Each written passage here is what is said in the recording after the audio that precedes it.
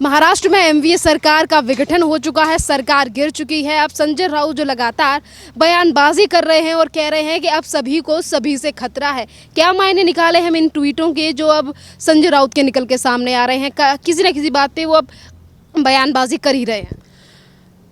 किसी को किसी से खतरा नहीं है। संजय राउत को और उनकी जो बचे खुचे विधायक है वो खतरे में है इस समय। किसी को किसी से खतरा नहीं है, समझिए बात को। सरकार इन्होंने खुद डुबोई, अपने विधायकों को ये कॉन्फिडेंस में नहीं ले पाए। कारण सीधा सीधा विचारधारा से विमुख होकर चल रहे थे। जो बाला साहब ठाकरे ने जो शिवसेना खड़ी की, आप सोचिए उनकी मेहनत पे पानी फेर दिया इन लोगों ने।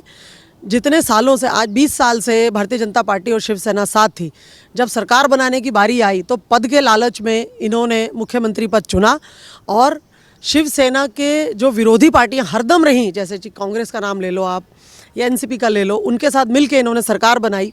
नतीजा आपके सामने है, वो सरकार चली नहीं, इनकी पार्टी टूट गई और टूट के एकनाथ शिंदे जी के साथ गई। उसका सीधा सीधा ठीकरा लोग संजय राउत पे फोड़ते हैं, क्योंकि ये ही करता धरता थे, यही वहाँ पे सारी चीज़ों को चला रहे थे।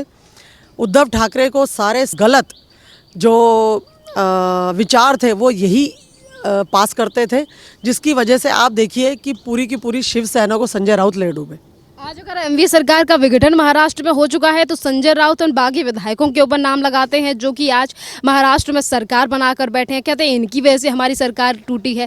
वहीं अगर देश की जनता की बात करें तो जिस दिन सरकार टूटी, उद्धव ठाकरे ने इस्तीफा दिया, लोगों ने कहा संजय राउत ही इस पूरी सरकार के जिम्मेदार हैं। उद्धव ठाकरे की कुर्सी भी छीनी है तो संजय राउत ने छीनी है। देखिए, बिल्कुल इनके कर्मों का फल है। जो इन्होंने किया वो इन्होंने भोगा और उसमें ये बात बिल्कुल सच है। खाली मैं ही नहीं, बहुत लोग कह रहे हैं और बहुत ट्वीट भी आए हैं कि इसमें सीधा सीधा सरकार डुबोने में संजय राउत जी का बहुत बड़ा हाथ है, क्योंकि यही सारी चीज़ों को चला रहे थे। जिस तरह से इन्होंने महाराष्ट्र में 2.5 साल आप देखिए महिलाओं का सम्मान नहीं किया, हिंदुओं का सम्मान नहीं किया। जब हत्याएं होती हैं तो ये चुप रहते हैं। पार्टी का जो मेन एजेंडा, जिस पार्टी को, जो पार्टी की विचारधारा थी, जो शिव सैनिक है, आज शिव सैनिक हिंदुत्व के मुद्दे पर जुटता है, तो उस शिव सैनिक का ही इन्होंने मनोबल गिरा दिया। वो अपनी आंखों के सामने से देख रहा है कि हत्याएं हो रही हैं और उनकी सरकार चुप है, तो सीधा सीधा उनका मनोबल गिरता है। पार्टी के जो कार्यकर्ता हैं उनका मनोबल गिरता है कि जिस बेस पे हमने पार्टी चुनी, जिस बेस पे हमने समर्थन दिया, आज उनकी सरकार, उनकी पार्टी उस तरह से बिहेव नहीं कर रही है, उस तरह से चल नहीं पा रही है। और चाहे ड्रग माफिया कह लो या देश विरोधी ताकतें कह लो, चाहे और बहुत सारी चीज़ें हैं जिन पे ये सरकार खरी नहीं उतरी। तो इनका खरा ना उतरना इनके डूबने का कारण है, ना कि वो विधायक जो बागी हुए। वो बागी नहीं हुए, वो अपनी विचारधारा के साथ जुड़े हैं। वो आज भी जुड़े हुए हैं, आप विमुख हो गए थे, तो जो आपकी विमुखता थी वो आपको ले डूबी। अब अगर आप दोबारा उसमें वापस आना चाहते हैं, जैसे कि उद्धव जी ने क्या किया, जाते जाते एक शहर का नाम चेंज करके ये दिखाना चाह रहे थे कि मैं अभी भी मतलब उस हिंदुत्व के कार्ड पे खेल रहे थे, तो ये उनको 2.5 साल में क्यों याद नहीं आया? यही काम अगर वो 2.5 साल में करते तो शायद सरकार बच जाती। अब आप ठीकरा फोड़ रहे हैं उन विधायकों की तरफ जो एकनाथ शिंदे जी के साथ चल गए। बागी वो नहीं है, बागी आप हुए। आप अपनी विचारधारा से बागी हुए, आप अपने कार्यकर्ताओं से बागी हुए, आप अपनी जनता से बागी हुए, तो जनता ने और आपके कार्यकर्ता, आपके विधायकों ने आपको ये अंजाम तक पहुंचाया। तो बागी आप हुए, वो नहीं हुए। वो तो आज भी उस विचारधारा के साथ जुड़े हुए। संजय राउत का कहना है कि अब महाराष्ट्र में मध्यावधि के चुनाव होंगे और हमारी 100 सीटें आएंगी, ये एकनाथ शिंदे की जो सरकार है वो गिर जाएगी। क्या इसीलिए तो वो इस तरीके के ट्वीट नहीं कर रहे हैं कि सभी को सभी की जान से खतरा है? देखिए, अब तो वो मुंगेरी लाल के सपने देखें कि उनकी शिवसेना उद्धव ठाकरे वाले की वापस आएगी। किसी को किसी की जान से खतरा नहीं है। ये जानबूझ के समाज में क्रिएट किया जाएगा कि हमें कोई जान का खतरा है या हमारे विधायकों को कोई जान का खतरा। किसी को जान का खतरा नहीं। अभी शिवसेना टूट के जो दूसरी सरकार बनी, बताओ किसका खतरा हुआ? क्या किसी के ऊपर हमला हुआ या कोई किसी को अपहरण किया गया या कुछ किया? कुछ नहीं किया गया। सिर्फ लोगों की सिंपैथी लेने के लिए बोला जा रहा है कि खतरा है, खतरा है। ऐसा कुछ भी खतरा नहीं है। अभी तक सीधे सीधे तौर पे सरकार बन गई, किसको खतरा हुआ? आप अपने कर्मों की सज़ा भुगतेंगे। आपने जो किया है वो आप काटेंगे। आप देखिए, एनडीए का सीधा सीधा सिद्धांत सबका साथ, सबका विकास, सबका विश्वास, उन तीनों में ये शिवसेना फेल हो गई। ये ना विश्वास जीत पाई, ना सबका साथ जीत पाई, और ना किसी तरीके से जनता की उम्मीदों पे खरा उतर पाई। तो इनकी अपनी करनी का फल इनको मिला है, इससे ज़्यादा कुछ भी नहीं है। अब आप इल्ज़ाम किसी पे भी लगाते रहिए, या आप समझिए आप अपने पक्ष में लोगों को करने के लिए, सिंपैथी वोट लेने के लिए, या कुछ इस तरह से माहौल क्रिएट करने के लिए इस तरह के बयानबाजी कर रहे हैं, ऐसा कुछ भी नहीं है। किसी को किसी से कोई खतरा नहीं है। संजय राउत और उद्धव ठाकरे का कहना है कि असली शिवसेना के हकदार हम ही हैं, एकनाथ शिंदे नहीं ले जा सकते हमारी शिवसेना को। और वहीं पर उनका कहना है कि ये सरकार जो बनाई गई है ये सुप्रीम कोर्ट के कहने पे नहीं बल्कि राज्यपाल के कहने पर सरकार बनी है। अगर वो असली हकदार थे तो उस सिद्धांतों पे अटल रहते। आज जब जनता ने चुना था तो उद्धव ठाकरे जी ही तो उसके मेन लीडर थे। तब ये अपनी परिस्थितियों से ऐसा इन्होंने क्या समझौता कर लिया कि जो ये अपने सिद्धांतों पे खरे नहीं उतरे। जब आप अपने सिद्धांतों पे खरे नहीं उतरे तो काहे के शिव सैनिक आप? तो जो असली शिव सैनिक है वो तो चले गए आपके उसमें से। और आप इस समय सिर्फ एक नाम का, क्योंकि आप उनके सुपुत्र साहब हैं बाला साहब ठाकरे के, इसलिए आप उस पर अपना अधिकार जमा रहे हैं। अधिकार परिवारवाद से नहीं होता। आप उनके बेटे हैं, ये बड़ी बात नहीं है। आप उस सिद्धांत पे कितना चल रहे हैं, ये बड़ी बात है। तो जब आप उस सिद्धांत पे ही नहीं चल रहे, जब आपने उसके मूल मंत्र को ही त्याग दिया और आप सत्ता के लालच में पड़ गए, तो फिर कहाँ से शिवसेना आपकी होगी? शिवसेना तो अपने सिद्धांत पे आज भी चल रही है। वो ये कह रहे हैं कि ये सरकार जो है वो राज्यपाल के कहने पर बनाई गई। देखिए, अब तो ये छीटा कसी वाली बातें हैं। सरकार बन चुकी है और ये सिर्फ छटपटा रहे हैं। खिसियानी बिल्ली खंबा नोचे वाला केस है इनके साथ। सरकार बन चुकी है और एनडीए के साथ मिलके एकनाथ शिंदे जी ने सरकार बनाई है, और ये सरकार आगे अपने सिद्धांत पे अटक रहेगी और चलेगी।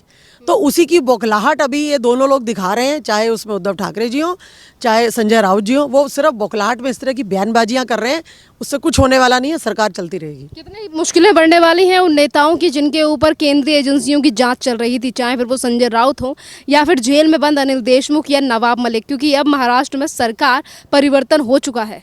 देखिए, जो भी गलत करेगा वो भुगतेगा, चाहे कोई भी हो। ये नियम है। ये एक संविधान की बात हम कर रहे हैं, कोई पार्टी की बात हम नहीं कर रहे हैं। जिस तरह से इन्होंने, आप देखिए, ड्रग माफिया को मलिक साहब बिल्कुल खुल के प्रमोट कर रहे थे और एक विशेष वर्ग को भी प्रमोट कर रहे थे।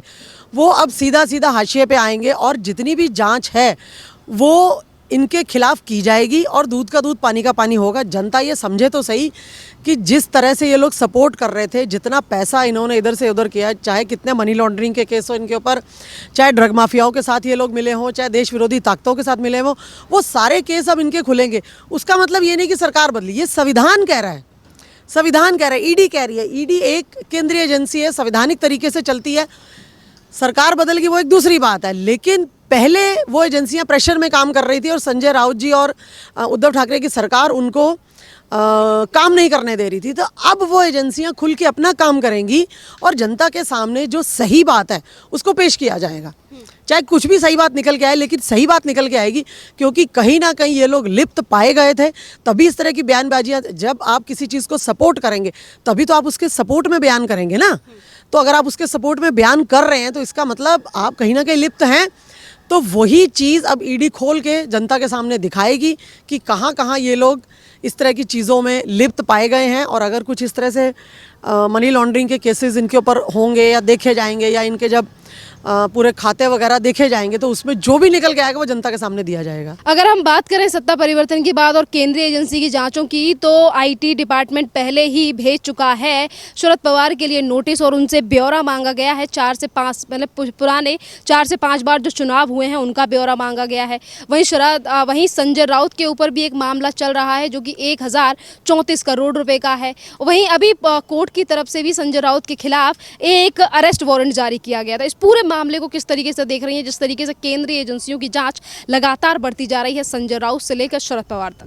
देखिए, सत्ता के लालच में और सत्ता के दम में ये पता नहीं क्या क्या कर गए। आज अगर सत्ता आपके हाथ में आई थी तो उस सत्ता को ये बचा नहीं पाए, और उसके गुमान में इन्होंने ऐसे बहुत सारे गलत काम किए हैं जिसकी जांच अभी चलेगी और चल रही है। अभी तक आप देखिए, पिछले 8 साल में अभी तक आप ना तो कोई घोटाले की बात सामने आई। एनडीए की जो सरकार बनी है माननीय प्रधानमंत्री श्री नरेंद्र मोदी जी के नेतृत्व में अभी तक आपने 8 साल में कोई घोटाला नहीं सुना होगा, और उससे पहले घोटालों की सरकार थी, चाहे कांग्रेस हो इनकी, चाहे अभी संजय राउत जी का नाम सामने आ रहा है।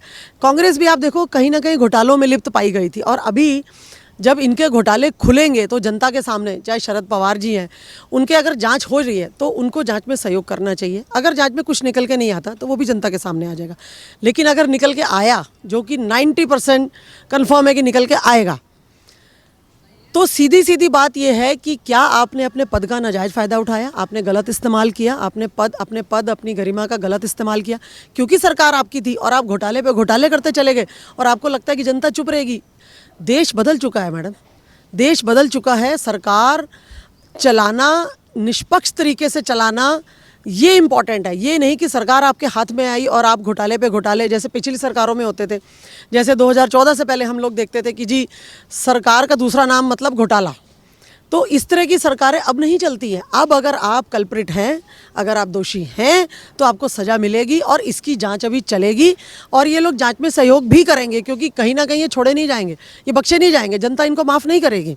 और वो दूध का दूध पानी का पानी जनता के सामने चाहिए हम लोगों को, ताकि जनता ये समझे कि कांग्रेस आज भी घोटालों की सरकार ही गिनी जाती है।